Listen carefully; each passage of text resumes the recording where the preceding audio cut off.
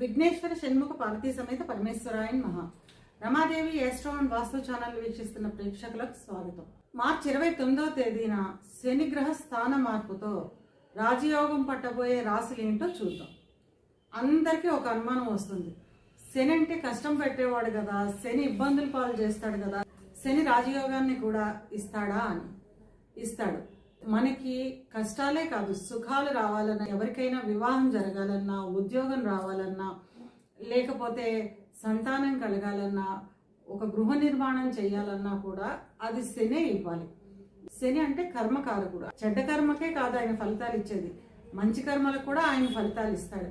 అలాగా గోచారంలో మన చంద్రరాశి నుంచి కొన్ని స్థానాల్లో సంచరించేటప్పుడు రాజయోగాన్ని ఇస్తాడు శని. ఇప్పుడు ఎవరికి ఇస్తాడో, ఏ 3 రాశులకి రాజయోగాన్ని ఇస్తాడో చూద్దాం. శని కుంభంలోంచి మీనంలోకి ప్రవేశించడం ద్వారా రాజయోగాన్ని ఇచ్చే మొదటి రాశి వృషభ రాశి. వృషభ రాశికి ఈ సంవత్సరం ఎలా ఉందంటే, మొత్తం 12 రాశుల పైన ఆధిపత్యం చెలాయించే రాశిగా వృషభ రాశిని చెప్పుకోవచ్చు. ఇటు శనే కాదు, రేపు మేలో గురు సంచారంతో, గురు స్థాన మార్పుతో కూడా కలిసి వచ్చేది వీళ్ళకి. కనుక వృషభ రాశి వారికి శని స్థాన మార్పుతోటి వృషభానికి లాభంలో సంచారం చేస్తున్నాడు అనమాట.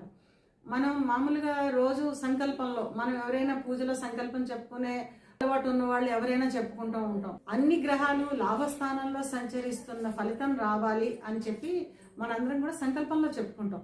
ఆ విధంగా లాభంలో సంచరిస్తున్న శని వీళ్ళకి రాజయోగాన్ని, అదృష్టాన్ని ప్రసాదిస్తున్నాడు అనమాట.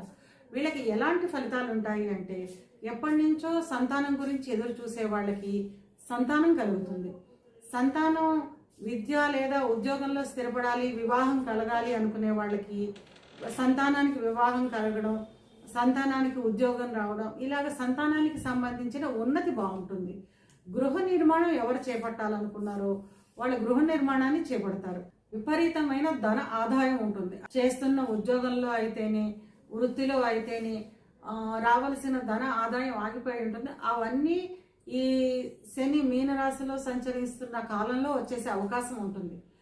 మీరు ఏది కోరుకుంటే అది జరిగే అవకాశం ఉంటుంది, ఒక్క మాటలో చెప్పాలంటే. కనుక ఈ వృషభ రాశి వారికి ఈ శని సంచారం రాజయోగాన్ని, గొప్ప అదృష్టాన్ని ఇస్తోందని చెప్పుకోవచ్చు. ఇంకా తర్వాత రెండవది, శని మీనరాశి సంచారం వల్ల అదృష్టం కలిగే రాశి రెండవది ఏది అంటే తులారాశి. తులారాశి వాళ్ళకి ఎలాంటి ఫలితము ఉంటుంది అంటే, తులారాశి నుంచి 6వ స్థానంలో శని సంచారం జరుగుతుంది.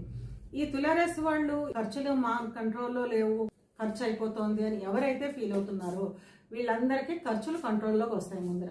తర్వాత గృహ నిర్మాణం చేపట్టాలి, వాహనాలు కొనుక్కోవాలి అని చెప్పి లోన్ గురించి అప్లై చేసి లోన్లు ఇంకా శాంక్షన్ కాకుండా ఎవరైతే ఉన్నారో వాళ్ళకి ఈ శని స్థాన మార్పు వల్ల లోన్లు వెంటనే శాంక్షన్ అవ్వడము, గృహ నిర్మాణాలు చేపట్టడము, వాహనాలు కొనాలనుకునే వాళ్ళు వాహనాలు కొనడము, ఇలాంటివన్నీ జరుగుతాయి అన్నమాట.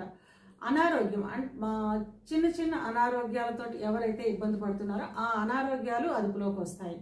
ఇంకా వీళ్ళకి ముఖ్యంగా చెప్పేది ఏంటంటే శత్రుబాధ. బంధువుల్లోనే చాలామంది శత్రువులు ఏర్పడి ఉంటారు వీళ్ళకి ఈ మధ్యకాలంలో. ఈ శత్రువులందరూ మిత్రులుగా మారే అవకాశం ఉందన్నమాట. చాలా కాలంగా మాటలు లేకుండా దూరంగా ఉన్న బంధుమిత్రులు కూడా ఇప్పుడు మళ్ళీ బంధుత్వం ప్రదర్శించి దగ్గర అవడం జరుగుతుంది. ఇంకా 3వ రాశి, శనిగ్రహ స్థానం మార్పుతోటి అదృష్టం పడిపోయే 3వ రాశి ఎవరు అంటే మకర రాశి. మకర రాశి వాళ్ళకైతే గత 7.5 సంవత్సరాలుగా ఉన్న ఇబ్బందులు అసలు మనం చెప్పక్కర్లేదు. చాలా రకాలుగా ఇబ్బందులు పడ్డారు వీళ్ళు.